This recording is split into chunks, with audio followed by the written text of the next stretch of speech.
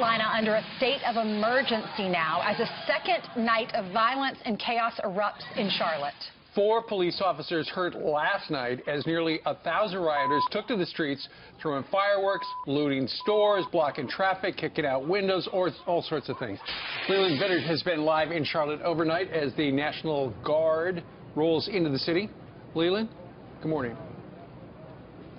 Steve, Ainsley, Pete, good morning to you guys. A light rain now coming down, and there's some joggers out on the streets braving the rain that is kind of washing away the smell of tear gas here in downtown Charlotte. Still, there's a number of companies, Bank of America, Wells Fargo, Duke Energy, the huge power company down here, all saying to their employees they don't think downtown Charlotte is safe because of what happened last night. Don't bother coming to work today. Take a look at one of the looted stores. Evidently, the rioters wanted Red Bull and cigarettes, and they took the 5-finger discount here.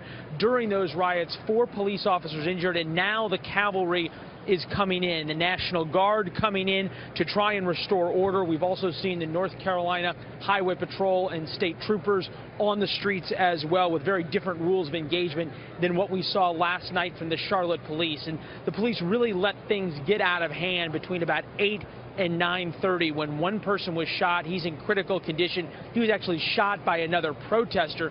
Take a listen to the chief of police describing the situation as it was happening. We're trying to disperse the crowd. We've been very patient, but now they've become very aggressive, throwing bottles and so forth at my officers. So it's time for us now to restore order.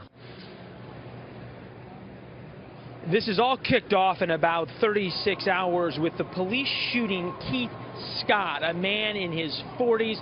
He was shot by police. According to his family, Keith Scott just had a book in his hand. According to police and pictures that have been put out there, Keith Scott had a gun in his hand. And since race has become such a big issue in this story, important to note that Officer Brentley Vinson, the officer who shot Keith Scott, is black as well. Protesters, though, out here on the streets are saying that doesn't matter, and then they turn into rioters and they say, essentially, we don't really care who shot who, we just want an excuse to be angry out here. And you really, guys, have to put this into a political context. North Carolina, early voting state, big-time swing state, and now this violence on the streets, and you can imagine the dynamic that's creating both here in Charlotte with the African-American community and then also those outside of this city looking at what's happening here.